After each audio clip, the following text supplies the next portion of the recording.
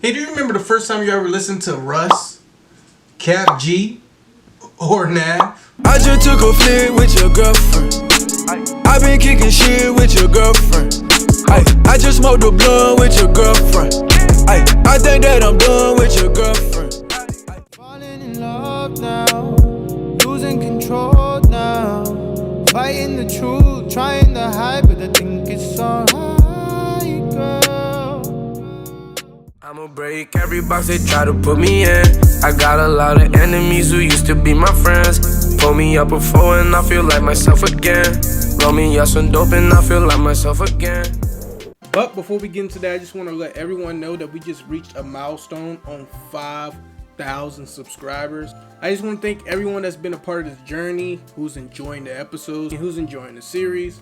I just want to thank y'all because y'all are part of this journey. Y'all are seeing me grow. Just enjoying the nostalgia when we first listened to these rappers when we were growing up. And if you're new to the channel, I just want you to do me one big favor and just go ahead and give me a big like in this video. And while you're at it, just go ahead and give me a comment of what's your favorite artist you're listening to right now. So ladies and gentlemen, make sure you watch this video all the way through. We're on to episode 7.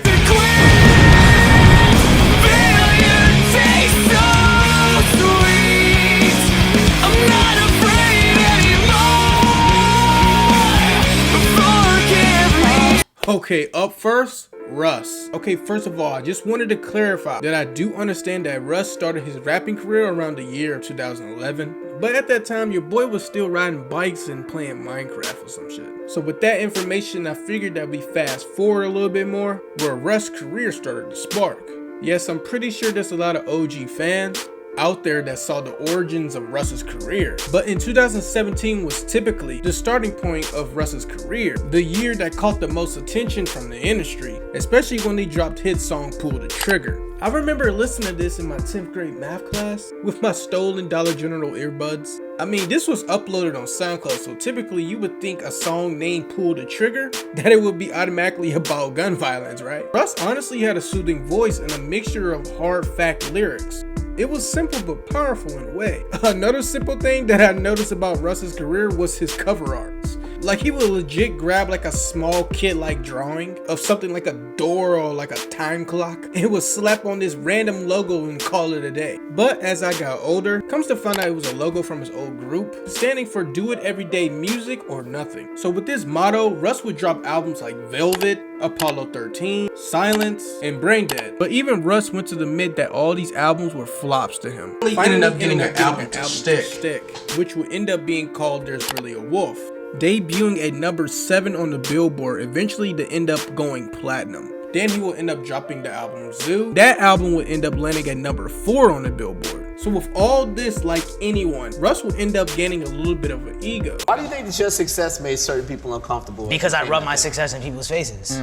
That's why it's annoying. It's like being Tom Brady and like in every interview you're doing with the rings on. At this very point of Russ's career, a specific trend started to take over the internet, where he would end up facing backlash from several different fans and artists within the rap community. With the viral hashtag, Fuck Russ. Artists like Lil Pump, Smoke Perp, and some other artists that had the exact same name as Russ that was based in the UK. They would somehow end up beefing over the rights over the name down the line. That's some crazy multi-universe type shit right there. And shockingly, even Metro Boomin ended up hopping on this trend. But hey, they say if Metro Boomin don't trust you. Metro don't trust you.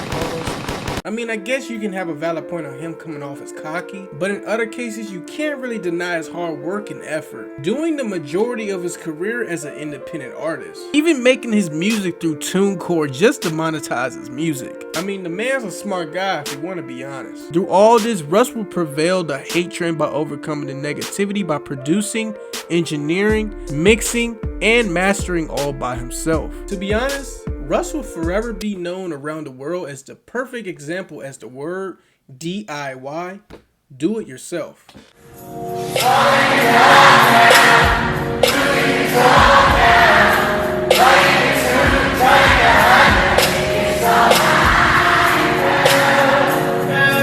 Yeah, I think it's alright, girl.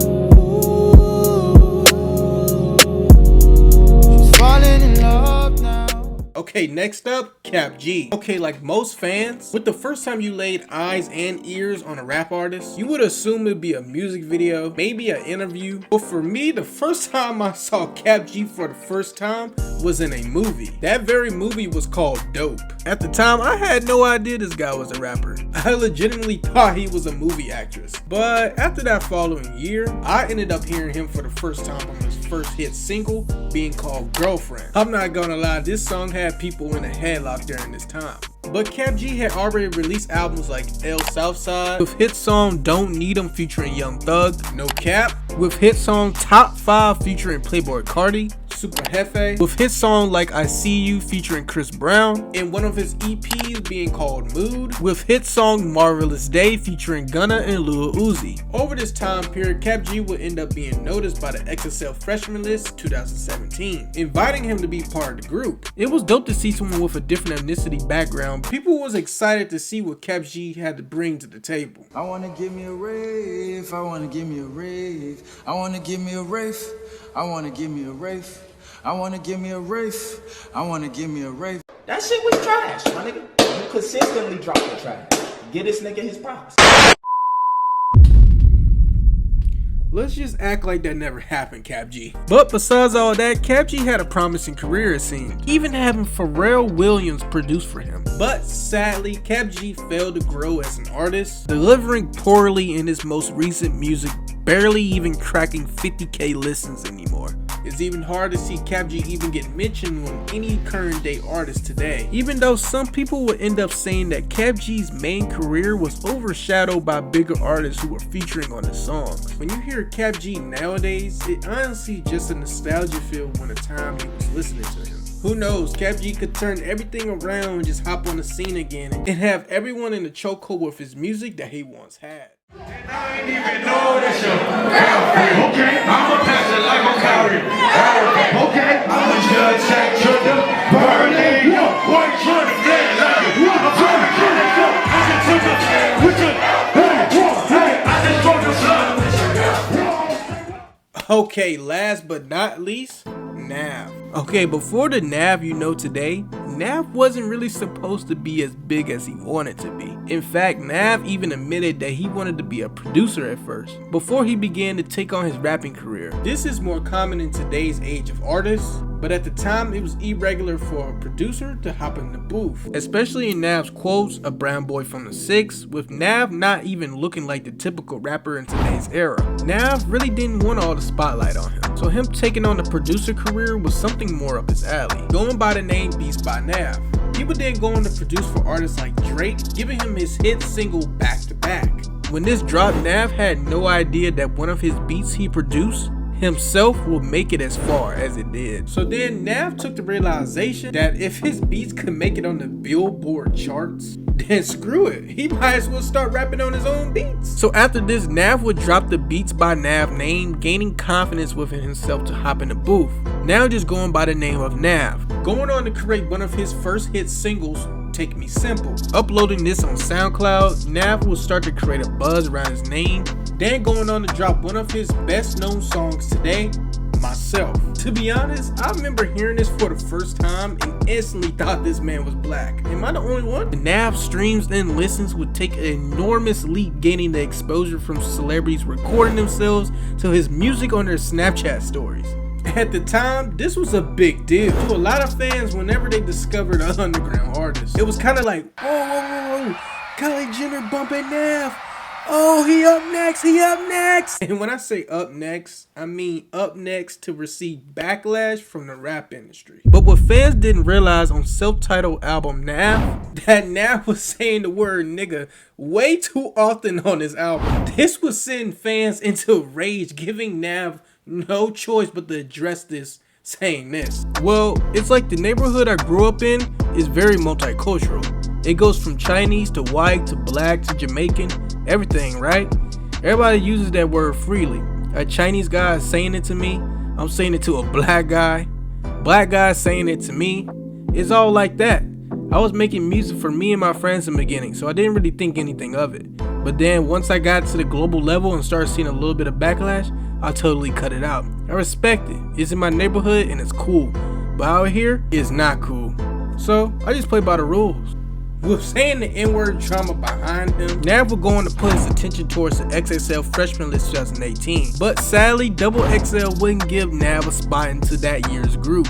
This would send Nav into a Twitter rage, voicing his opinion on the XXL freshman list name. At this point in Nav's career, he had felt that really wasn't any point of joining the rest of the members anyway. He was feeling disrespected. But Nav would already have quite a few projects attached to this name already, with albums like Perfect Timing, Reckless, Bad Habits, Good Intentions, Brown Boy 2, Emergency Tsunami, and finally Demons Protected by Angels. At this point, Nav had already solidified his name within the rap industry, being signed to XO with hit songs like Wanted You featuring Lil Uzi, Champion featuring Travis Scott, and Some Way featuring The Weeknd. Nav's career had a turning point where fans started to voice their opinions on him. Fans started turning on Nav, saying that he was repetitive with his lyrics, he was watering down auto-tune, and that he talked about the exact same topic in all of his songs. Nav would address this by saying this. They be trying to crucify your boy. Bro, what is it about you, Nav? The way I look, bro, it's gotta be it, bro.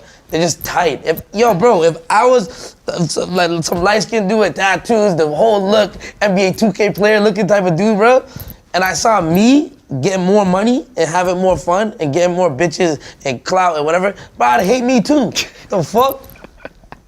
Yeah, Nav, talk your shit, bro. I'm pretty sure there's still some loyal Nav fans out there. Besides all the negativity towards his name, we can't change the fact that he's one of the very few artists from his background and ethnicity to make it as far as he did.